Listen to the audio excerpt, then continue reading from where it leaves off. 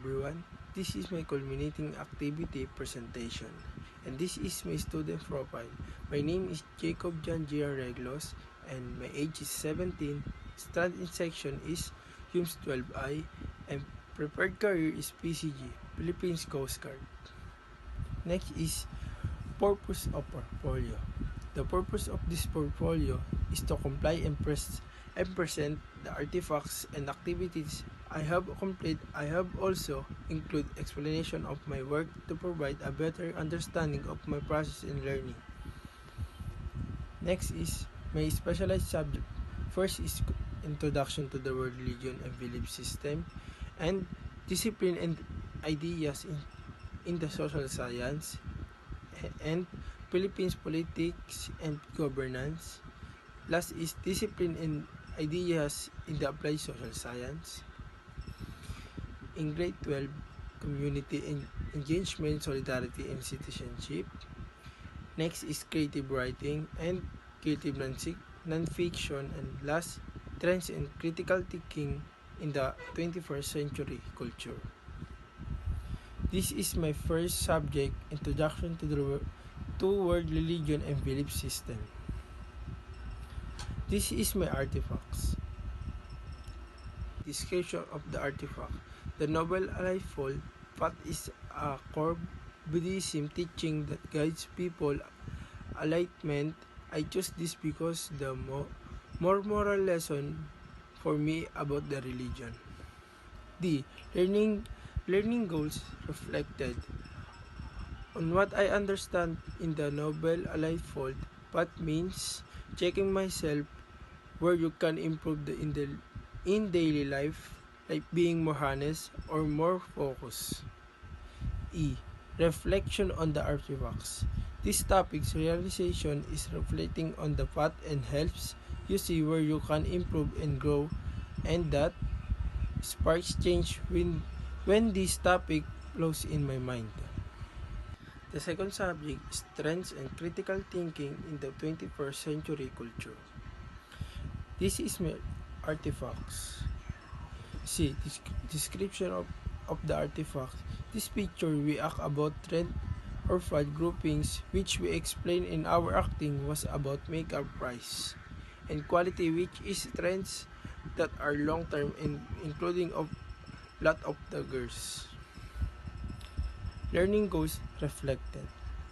This is what I choose over the other because we can relate about this topic, especially this day. There's a lot of trend and fads, which we always choose trends over the fad. These topics are like choosing a practical car or a practical outfit for work. Reflection of the artifacts. And also in these topics I realized trends are like long-term change that happen because they useful. Knowing different help you decide what's worth investing in. Your subject and discipline and ideas in the applied social science. And this is my artifacts. The description of the artifacts. The topic is problem faced by community, the challenge and issues that affect the smallest local government unit in the Philippines, like limited resources, poverty, instruction gaps, waste management, health service. Learning goals reflected. In this picture, we can see that work Barangay Santa Fe with the barangay councilor that we interviewed in the groupings. I realized the problem and the effect the pollution in daily lives of the people.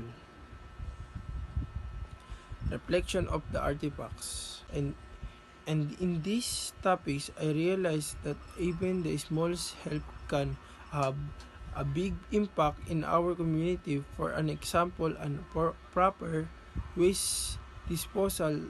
So these groupings will helps a lot on my realization. The next subject is creative non-fiction. This is my artifacts.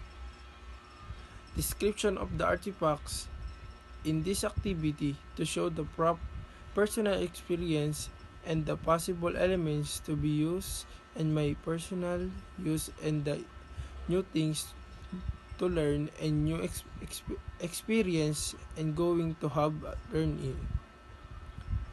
learning goals reflected. I chose this because even if it's small, there's lesson heard and can have a big impact in our decision making. Reflection of the artifacts. And I realized in this lesson her is to be more mindful and thankful in your action and decision so avoid mistakes and make better choice. The next subject is discipline and ideas in the social science. This is my artifacts. Description of the artifacts. I realized the lesson in the activity knowing myself is about recognizing the key influence such a family, school, community, or cultural values that shape who you are and help you grow into a better person. Learning goals reflected.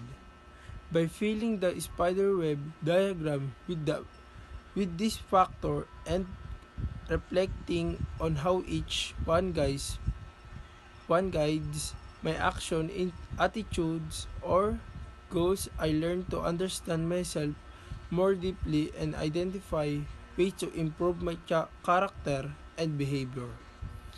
Reflection of the artifacts. I realized the lesson and also in the topics I learned that identifying influence shape and improves me. Subject is community engagement, solidarity, and citizenship. This is my artifacts. Description of the artifacts.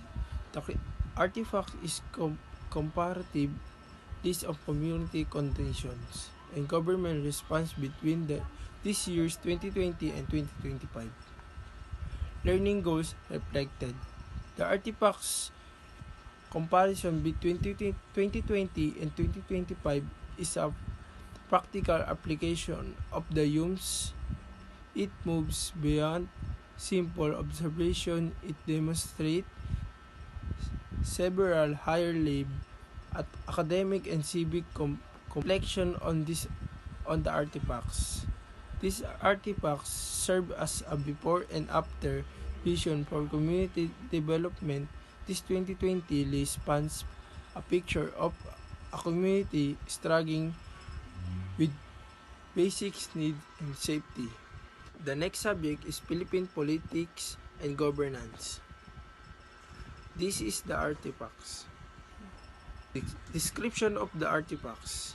This artifacts is a matching type quiz regarding the Philippines is focused on identifying different legal concept and court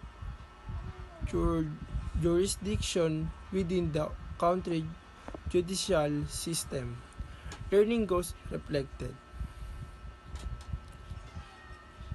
It demonstrates that our laws are not merely confined within the walls of large courts, but also begin within our own barangay. Is also reflects the importance of understanding how this legal system function. Reflection of the artifacts.